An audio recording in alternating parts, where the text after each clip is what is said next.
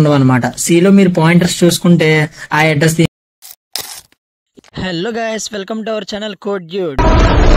So ఇవాళ వీడియోలో మనం C++ ని జావా అసలు ఎలా రీప్లేస్ చేసింది అండ్ జావా ఫీచర్స్ ఏంటని చూద్దాం. సో ఫస్ట్లీ అసలు C++ ఏ డ్రాబ్యాక్స్ ఉన్నాయి. సపోజ్ నేను C++తో ఒక వెబ్సైట్ డిజైన్ చేశాను అనుకోండి. వెబ్సైట్ అనేది యూజర్స్ అనేవాళ్ళు డిఫరెంట్ ప్లాట్ఫామ్స్ నుంచి యాక్సెస్ చేస్తారు కదా. లైక్ విండోస్ అని, ఆపరేటింగ్ సిస్టమ్స్, లైనక్స్ అని, మ్యాక్ ఓఎస్ అని, అండ్ డిఫరెంట్ ఆర్కిటెక్చర్స్ ఉంటాయి. లైక్ రిస్క్, సిస్క్ చూస్తే డిఫరెంట్ బిట్స్ ఉంటాయి. లైక్ 32 బిట్స్ అని, 64 బిట్స్ అని, ఎన్ని డిఫరెంట్ ఆర్కిటెక్చర్స్ ఉన్న ఒక కంపైలర్ మాత్రం ప్రతిదానికి అవసరమే కదా. ఒక కంపైలర్ లేనిదే మనం ప్రోగ్రామింగ్ లాంగ్వేజ్ ని ట్రాన్స్లేట్ చేయలేం. సో ఇక్కడే ఒక డ్రాబ్యాక్ అనేది ఎదురైందనమాట. C++ కంపైలర్ అనేది based on OS architecture and hardware కి తగ్గట్టుగా బైనరీ కోడ్ గా జనరేట్ చేస్తుంది అనమాట. అంటే ఫర్ ఎగ్జాంపుల్ మనం ఒక C++ కోడ్ తీసుకున్నాం, C++ కోడ్ ఆర్ ఫైల్ తీసుకున్నాం. అది విండోస్ ఆపరేటింగ్ సిస్టమ్ లో రన్ చేస్తే ఒక బైనరీ కోడ్ వస్తుంది కదా. ఇప్పుడు ఆ binary code Windows operating system లో ఎగ్జిక్యూట్ అవుతుంది.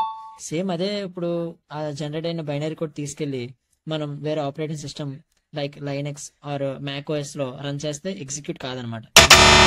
C++ కంపైలర్ అనేది బేస్డ్ ఫర్ అదే, అంటే అది విండోస్ ఆపరేటింగ్ సిస్టమ్ కి తగ్గట్టుగానే అది బైనరీ కోడ్ కి జనరేట్ చేస్తుంది అనమాట.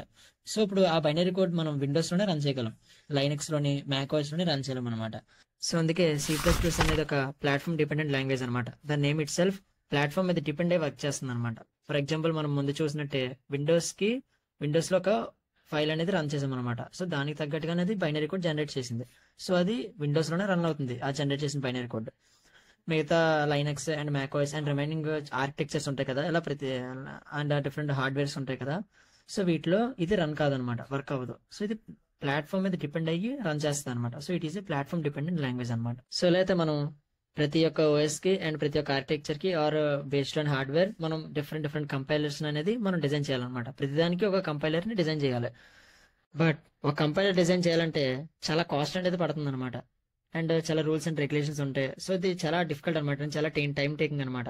సో అన్ని కంపైలర్స్ డిజైన్ చేయాలంటే చాలా కాస్ట్ ఇవన్నీ ఉంటాయి కాబట్టి ఇంకా వేరే ఏదైనా లాంగ్వేజ్ అప్పుడు కావాలని అనుకున్నారనమాట. సో అప్పుడే 1991లో జావాని ఇంట్రడ్యూస్ చేశారనమాట.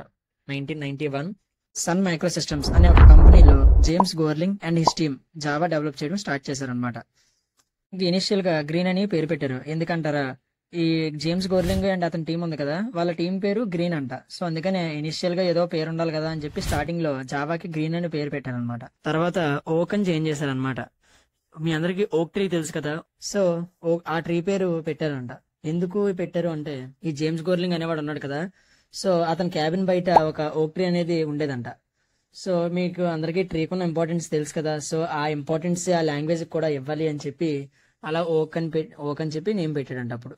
సో నెక్స్ట్ సమ్ ఇష్యూస్ వల్ల ఓక్ అని తీసి జావా అని పెట్టేశారు పేరు. ఎందుకు జావా అంటే, ఇండోనేషియాలో జావా అనేది ఒక ఫేమస్ కాఫీ అంట. సో అందుకని ప్రోగ్రామర్స్ అనే వాళ్ళు ఎక్కువ కాఫీ తాగుతారు కదా. సో అందుకనే జావా అని పేరు పెట్టారు అనమాట. సో ఎప్పుడైనా మీరు జావా లోగో చూస్తే కాఫీ కప్ లాగా అలా పొగలు వస్తాయి కదా పైన, సో దానికి ఇండికేషన్ ఇదనమాట. అది ఇండోనేషియాలో ఒక ఫేమస్ కాఫీ అనమాట. సో అందుకని అలా పేరు పెట్టారు. నెక్స్ట్ 2010లో ఒరాకిల్ వాళ్ళు జావాని కొనుక్కున్నారు అనమాట. అప్పటి నుంచి ఇప్పటి వరకు జావాని సక్సెస్ఫుల్ గా ఒరాకిల్ వాళ్ళు రన్ చేస్తున్నారు. సో ఇది జావా హిస్టరీ. అండ్ అసలు ఈ జావా అనేది C++ డ్రాబ్యాక్ ని అసలు ఎలా ఓవర్కమ్ చేసింది అంటే, సపోజ్ మీరు జావాతో ఒక కోడ్ రాశారనుకోండి. ఆ కోడ్ అనేది ఎప్పుడైతే మనం కంపైలర్ తో ట్రాన్స్లేట్ చేస్తామో అది వెంటనే బైట్ కోడ్ గా కన్వర్ట్ అయిపోద్ది అనమాట. ఈ byte code is nothing but a set of instructions. ఈ బైట్ కోడ్ గా ఎవరు కన్వర్ట్ చేస్తారు అంటే JVM అనేది చేస్తుంది అనమాట, జావా వర్చువల్ మిషన్. సో ఎప్పుడైతే ఈ జావా కోడ్ ని బైట్ కోడ్ గా అది కన్వర్ట్ చేసిందో, ఇప్పుడు ఆ బైట్ కోడ్ తీసుకెళ్లి మనం పెట్టినా సరే అది ఈజీగా రన్ అయిపోద్ది అనమాట. సో అర్థమైంది. సో ఎలా ఓవర్కమ్ చేసింది అనమాట, సేమ్ గానే రన్ అవుతుంది అనమాట. సో ఇక్కడ ఎక్స్ట్రా కంపైలర్ అవసరం లేదు, ఓన్లీ JVM ఉంటే సరిపోద్ది. ఈ విధంగా జావా అనేది ప్లాట్ఫామ్ ఇండిపెండెన్స్ అనే ఫీచర్ ని అచీవ్ చేసుకుంది అనమాట. సో ప్లాట్ఫామ్ ఇండిపెండెన్స్ అంటే ఏంటి, ప్లాట్ఫామ్ మీద డిపెండ్ అవ్వదు. సో ఇక్కడ ఏ ఆర్కిటెక్చర్ మీద అది డిపెండ్ అవ్వదు, జస్ట్ అది బైట్ కోడ్ కన్వర్ట్ చేసుకుంటుంది. బైట్ కోడ్ దేనిలో పెట్టినా సరే రన్ అయిపోద్ది. So now coming to the Java features. First one is simple to learn. ఎందుకు సింపుల్ టు లెర్న్ అంటే, ఇప్పుడు ఫస్ట్ బిగినర్ ఉన్నాడు, ప్రోగ్రామింగ్ రానివాడు, వాడు ఫస్ట్ జావా నేర్చుకోడు కదా. ఫస్ట్ సిఓ లేదా C++. అలాగే మనకు కూడా ఈ కాలేజ్ లో కూడా ఫస్ట్ సితోనే స్టార్ట్ చేస్తారు. సో అందుకని సి సింటాక్స్లే జావాలో కూడా ఉంటాయి అనమాట. సేమ్ ఇంకా అంటే చిన్నగా మారితే కానీ దాని నుంచే ఎన్హాన్స్ అయ్యి ఉన్నాయి అనమాట. సో జావా అనేది ఈజీగా నేర్చుకోవచ్చు అనమాట. సో ఎవరైతే సి అండ్ C++ తో బాగా ఫెమిలియర్ గా ఉన్నారో వాళ్ళకి జావా అనేది నేర్చుకోవడం చాలా ఈజీ అయిపోతుంది అనమాట. సో అందుకనే సింపుల్ టు లెర్న్ అనే ఫీచర్ ఉందన్నమాట దీనికి. అండ్ నెక్స్ట్ ఫీచర్ ఏంటంటే సెక్యూర్ అనమాట. ఎందుకు జావా సెక్యూర్ అంటే ఇది JVM వెరిఫికేషన్ జరుగుతుంది. JVM వెరిఫికేషన్ అంటే ఇప్పుడు ఏదైనా కోడ్ రన్ అవ్వాలి అంటే ఫస్ట్ ఏదైనా సరే JVM అనేది చెక్ చేసి రన్ చేస్తుంది అనమాట. అంటే ఇల్లీగల్ కోడ్స్ ఏమీ ఉండవు. సో కోడ్ అనేది సేఫ్ అనమాట. నెక్స్ట్ పాయింటర్స్ ఉండవు అనమాట. సిలో మీరు పాయింటర్స్ చూసుకుంటే ఆ అడ్రస్ దీనికి ఇచ్చుకొని దీని అడ్రస్ దానికి ఇచ్చుకొని చాలా కన్ఫ్యూజింగ్ ఉంటుంది అనమాట.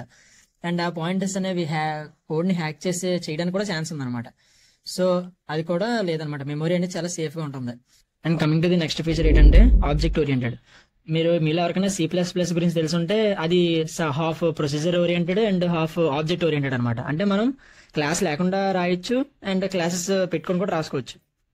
కానీ జావాకి వచ్చేసరికి ఏమొచ్చేది ఫుల్లీ ఆబ్జెక్ట్ ఓరియంటెడ్. అంటే మనం ఏ కోడ్ రాయాలన్నా సరే క్లాస్ ఉండాలి ఖచ్చితంగా. క్లాస్ లోపల రాయలేదన్న. నెక్స్ట్ ఫీచర్ ఏంటంటే డిస్ట్రిబ్యూటెడ్ అనమాట. జావా అనేది డిస్ట్రిబ్యూటెడ్ లాంగ్వేజ్. ఎందుకంటే ఇది ఒక నెట్వర్క్ లో ఉన్న మల్టిపుల్ సిస్టమ్స్ కి డేటా అండ్ రీసోర్సెస్ అనేది షేర్ చేయగలదు అనమాట. లైక్ దీనిలో ఏపీఐ సపోర్ట్ ఉంది. ఏపీఐస్ వల్ల ఒక నెట్వర్క్ లో మల్టిపుల్ సిస్టమ్స్ కి మనం డేటా అనేది ఈజీగా షేర్ చేయొచ్చు అనమాట.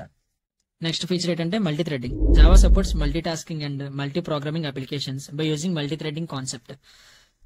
ఇది మీకు ముందు తెలుస్తుంది. ఇంకా అంటే ఇందులో మల్టీ టాస్కింగ్ వర్క్ ఉంటుంది కదా. లైక్ మీరు ఫోన్ లో ఇప్పుడు ఒక యాప్ యూస్ చేస్తూ అది రీసెంట్స్ లో పెట్టి ఇంకో యాప్ యూస్ చేస్తారు. సో అలా మల్టీ టాస్కింగ్ వర్క్ అవుతుంది కదా. సో మనం సిలో సపోర్ట్ చేయదు అనమాట. C++ లో. సో ఇక్కడ మల్టీ థ్రెడింగ్ అనేది వర్క్ అవుతుంది అనమాట జావాతో. సో మల్టీ థ్రెడింగ్ అనే కాన్సెప్ట్ కూడా జావాలో ఉందన్నమాట. అండ్ నెక్స్ట్ ఫీచర్ ఏంటంటే రాబస్ట్ అనమాట. రాబస్ట్ అంటే ఇందులో పాయింటర్స్ అనేవి యూస్ చేయం కదా. సో డైరెక్ట్ మెమొరీ అనేది యాక్సెస్ లేదు. అండ్ ఆటోమేటిక్ గార్బేజ్ కలెక్షన్ అనేది పెర్ఫామ్ చేస్తుంది అనమాట. అండ్ నెక్స్ట్ ఏంటంటే various levels of error checking అనేది చేస్తుంది అనమాట. అండ్ నెక్స్ట్ మెమొరీ లీకేజ్ అనేది తక్కువ అనమాట. మెమొరీ లీకేజ్ అనేది ఉండదు ఎక్కువ. సో ఇది రాబస్ట్ అంటే. ఫీచర్ ఏంటంటే డైనమిక్ అనమాట. జావా అనేది ఆటోమేటిక్ గార్బేజ్ కలెక్షన్స్ అనేది పెర్ఫామ్ చేస్తుందని చెప్పుకున్నాం కదా. సో ఎప్పుడైతే ఒక ఆబ్జెక్ట్ అవుట్ ఆఫ్ స్కోప్ అయిపోయిందో, ఎప్పుడైతే ఒక ఆబ్జెక్ట్ మనం యూజ్ చేయడం లేదో వెంటనే దాని మెమొరీని డిఅలొకేట్ చేస్తుంది అనమాట జావా ఆటోమేటిక్ గా. జావా హిస్టరీ అండ్ ఫ్యూచర్స్ నాకు తెలిసింది నేను చెప్పాను. మీకు ఏమైనా తెలుసుంటే కమెంట్ చేయండి. ఓకే, నెక్స్ట్ వీడియోలో కలుద్దాం.